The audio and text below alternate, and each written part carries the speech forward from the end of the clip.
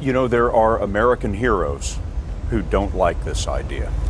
Neil Armstrong, Gene Cernan have both testified against commercial spaceflight in the way that you're developing it, and I wonder what you think of that. I was very sad to see that, because those guys are, those guys are heroes of mine, so it's really tough. I wish they would come and visit and see the hardware that we're doing here. And I think that would change their mind. They inspired you to do this, didn't they? Yes. And to see them casting stones in your direction. It's difficult. Did you expect them to cheer you on? Certainly hoping they would. What are you trying to prove to them? What I'm trying to do is to make a significant difference in spaceflight and help make spaceflight accessible to almost anyone. One of the most difficult choices I've ever faced in life was in 2008. I think I had maybe $30 million left, or $30 or $40 million left in 2008. I had two choices.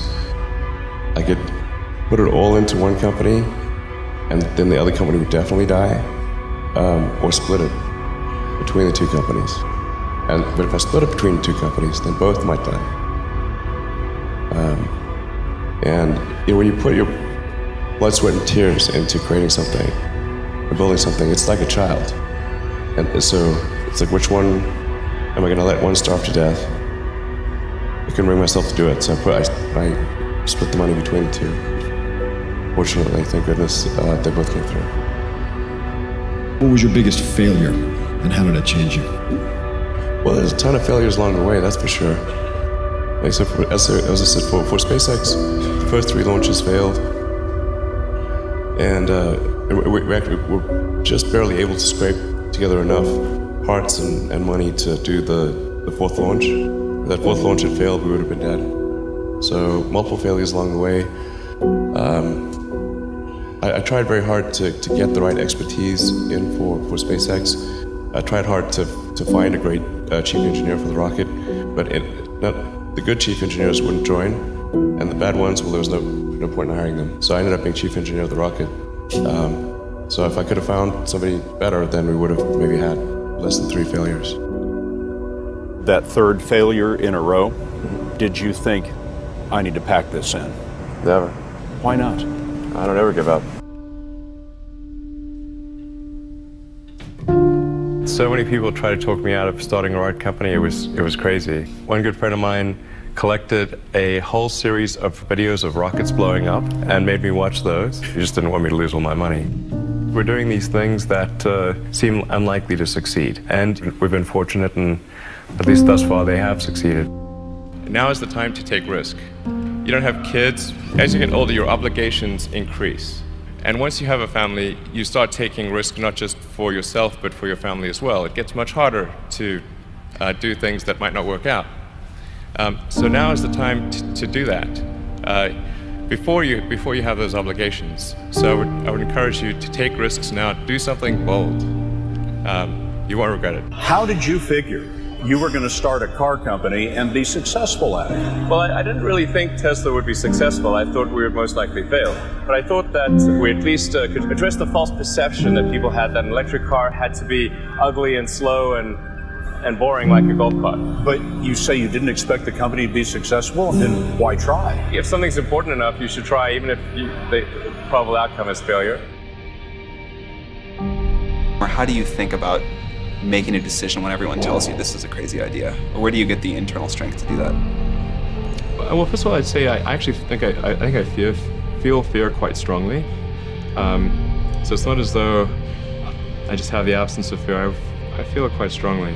But there are just times when something is important enough, you believe in it enough, that you do it in spite of the fear.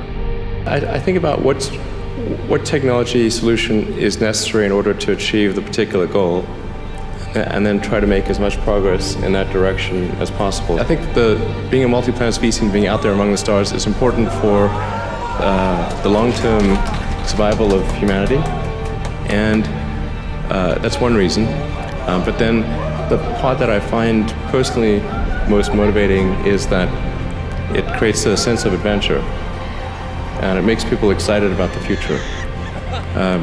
If you consider two futures, one where we are forever confined to Earth until eventually something terrible happens, or another future where we are out there on many planets, maybe even going beyond the solar system, I think that second version is incredibly exciting and inspiring, and there need to be reasons to get up in the morning. You know, life can't just be about solving problems. Otherwise, what's the point? There's got to be things that people find inspiring and make life worth living. When my brother and I were starting our first company, instead of getting an apartment, we just rented a small office and we slept on the couch. And we showered at the YMCA, and we're so hot up we had one computer, so the website was up during the day, and I was coding at night, 7 days a week, all the time.